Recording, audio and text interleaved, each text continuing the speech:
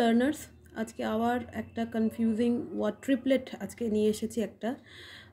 এই তিনটে স্পেলিং নিয়ে আমাদের ভীষণ কনফিউশন হয়ে থাকে এবং তাদের কনটেক্সচুয়াল ইউসেজ নিয়ে যে কোথায় কোন স্পেলিংটা ইউজ হবে। তো আজকে সেই কনফিউশনটাই একটু দূর করার চেষ্টা করব। আজকের তিনটে ওয়ার্ড হলো LOSE লুজ, LOOSE লুজ আর LOSS লস। LOSE লুজ এটা অ্যাকচুয়ালি একটা ভার্ব, এর বাংলা মানে করলে দাঁড়ায় হারানো। আচ্ছা, ভার্ব যেহেতু তাই এর V1 V2 V3 ফর্ম তো থাকবে obviously. Loss, lost, lost, V1 V2 V3 এই তিনটে ফর্ম। এবার চলে আসছি LOOSE লুজ। এটা একটা অ্যাডজেক্টিভ, এর বাংলা মানে করলে দাঁড়ায় আলগা। আচ্ছা, অ্যাডজেক্টিভের তিনটে ডিগ্রি চলে আমরা জানি, পজিটিভ, কম্পারেটিভ আর সুপারলেটিভ। তো এই লুজের লুজ, লুজার আর লুজেস্ট, পজিটিভ, কম্পারেটিভ আর সুপারলেটিভ। এবার হলো LOSS লস। লস একটা নাউন, এর বাংলা মানে করলে দাঁড়ায় ক্ষতি। আচ্ছা, এবার কিছু এক্সাম্পলের থ্রুতে আমরা যাব। প্রথমে LOSE লুজ ভার্ব, এটা দেখে নিচ্ছি। I don't want to lose the match. আচ্ছা, এখানে দেখুন টু আছে, আমরা জানি টু এর পরে V1 নেয় এবং এটাকে আমরা গ্রামারে ইনফিনিটিভ বলি। তো টু আছে, অতএব বেস ফর্ম লুজ, তাই এখানে এই ভার্বের স্পেলিংটা LOSE লুজ এই স্পেলিংটাই হয়েছে এবং 2 + V1 হয়ে ইনফিনিটিভ হিসেবে এটা ইউজড হয়েছে সেন্টেন্সে। তো এটা একটা ভার্ব অবভিয়াসলি। নেক্সট এক্সাম্পলটা দেখছি, the team will undoubtedly lose. আচ্ছা, দেখবো এখানে আনডাউটেডলিটা একটা অ্যাডভার্ব এবং অ্যাডভার্বের পরে দেখুন ভার্ব নিয়েছে, তাই এখানে LOSE লুজ ভার্বের স্পেলিংটা হয়েছে। এবার দেখে নেব LOSE লুজ অ্যাডজেক্টিভ এর এক্সাম্পলসগুলো। The shoe lace is tied with a loose knot. আচ্ছা, এখানে দেখুন নট একটা নাউন, অতএব নাউনের আগে অবভিয়াসলি লুজ মানে দেখুন অ্যাডজেক্টিভের স্পেলিংটা হয়েছে LOSE লুজ। আর তাছাড়া এখানে এ আর্টিকেলটা এই নট নাউনের জন্য ইউজড হয়েছে। সো এই নাউনের আগে অবভিয়াসলি এই যে লুজ মানে অ্যাডজেক্টিভের লুজ স্পেলিংটা এখানে ইউজড হয়েছে। Next, she is wearing a loose dress.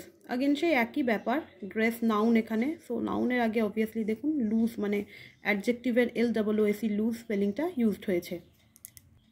এবার আমরা দেখে নেব LOSS লস মানে যেটা নাউন আর কি, সেটার কিছু ইউসেজ দেখে নিচ্ছি আমরা। Example, the accident caused heavy loss of life. আচ্ছা আচ্ছা, এখানে দেখুন হেভি হচ্ছে অ্যাডজেক্টিভ, সো অ্যাডজেক্টিভের পরে নাউন মানে এই যে নাউনের LOSS লস স্পেলিংটা ইউজড হয়েছে, সো এটা একটা নাউন। আচ্ছা, he made a loss on the deal. আচ্ছা, এখানেও দেখুন আর্টিকেল আছে, সো আর্টিকেলের পরে লস মানে নাউনের LOSS লস স্পেলিংটা ইউজড হয়েছে। এবার আমরা কিছু এক্সারসাইজ সলভ করব যাতে আমাদের ব্যাপারটা আরও একটু ক্ল্যারিটি চলে আসে, আমাদের একটু ক্লিয়ার হয়ে যাক আরও ব্যাপারটা। So number 1,